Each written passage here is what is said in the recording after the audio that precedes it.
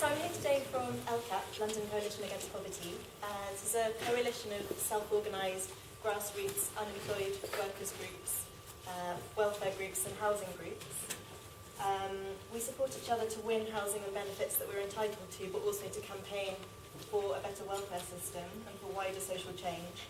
I think it's important that I say I'm not here as a professional campaigner, and I'm not here as an individual. I'm here as part of a housing group in Hackney and as part of London Coalition Against Poverty. We're not a service organisation or an NGO or a charity. We're mostly made up of people who experience poverty and who've managed to fight to materially improve their lives, and also to campaign for wider change. So I'm here today because the living wage isn't enough. I think struggles for the living wage, for the right to unionise, for more social and affordable housing, for better treatment at job centres, for benefits that we can actually live on, for free education and training, for asylum rights, or for no borders are part of the same struggle. I'd like to start off maybe by giving an example of someone who came to the Hackney Housing Group to demonstrate why all these struggles are interlinked and why there are a number of factors that lead to poverty and disempowerment, and that's why we can't just stick with the living wage. So Vera was evicted from her private accommodation because she was on a short lease. She became homeless. She slept in libraries during the day and worked as a cleaner at night. She couldn't earn enough money to save up for a rent deposit. She's single, so she isn't in priority need, so she can't apply as homeless to get social housing from the council. She's from Ghana, so she didn't want to accept benefits, although she wouldn't have been able to get a house anyway because the council doesn't give you a rent deposit scheme necessarily, because she wants her sister to come over from Ghana. And the UK border controls look at your accounts very carefully before you have visits from family.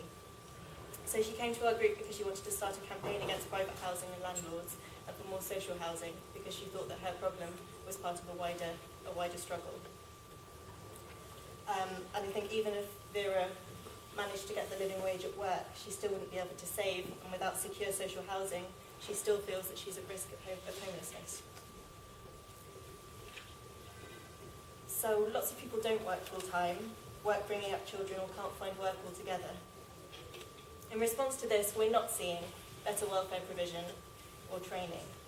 We're seeing a massive attack on the unemployed, a massive attack on the poor and the disabled, and on the homeless. So I'd like to talk about two campaigns that London Coalition Against Poverty are involved with at the moment, and that's against housing benefit cuts and also against welfare reform for forced labour. So housing benefit cuts are going to push thousands of families outside of London. Families from central London are going to make homelessness applications because they'll be forced out of their housing in central London, on greater London boroughs which don't have enough social housing as it is. Hackney Council, the borough I'm from, have already block-booked bed and breakfasts out as far as Hastings. So the conservative Lib Dem policies are basically pushing us back to the 1970s when children were brought up from bed and breakfasts, and that was the homelessness provision. So everything that people have fought for over the last 40 years is just going out of the window. It's not true that cutting housing benefits is going to push down rents, because it was tried in the 80s with hotels, and in fact it actually pushed up prices because then there was a monopoly on the amount of hotels available. As part of LCAP, we want to stop the cuts, but if we can't, we're going to organise in our local boroughs to pressure councils to stop the evictions, and we'll stop the bailiffs ourselves if necessary, because this is what the government is going to force people to do. Welfare for Work is another campaign that LCAP groups are involved with, particularly the welfare action groups. So this has been sold as teaching the unemployed the value of work. This is tried out in New York, and the New York Council successfully managed to union bust, to lower wages, and to increase insecure working conditions. So workers ended up taking on the same work as unionised workers, but were not covered by employment work, health and safety regulations, and had no power to organise together. So you had workers working for, I think it was $1.80 per hour, essentially, handling chemicals that they had no health and safety training for, not being able to take breaks, and also replacing workers. For example, there are people replacing social case workers who would earn $20,000 a year, and their salary on benefits would be around $3,800 a year. So this was kind of, I think, the reason why the New York mayor was so keen to introduce welfare to work was actually part of a campaign against union busting.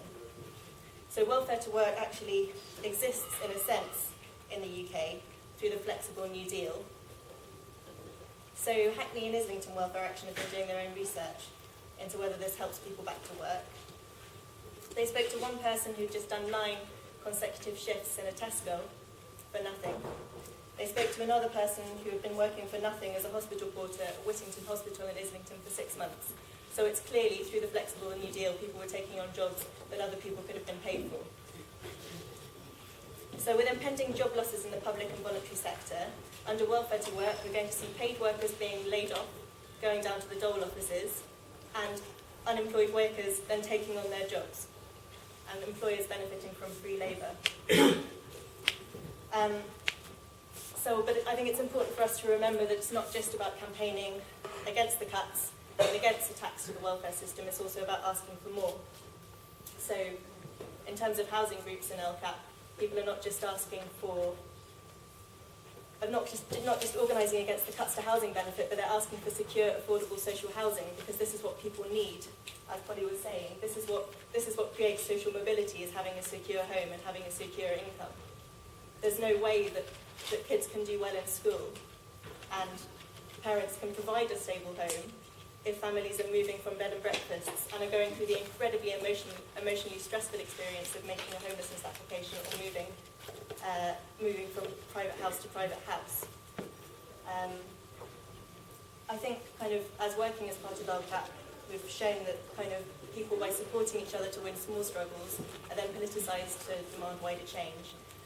And I hope that we can be part of building a bigger movement, bigger anti-poverty movement that doesn't blame the poor, but instead empowers poor people to organise.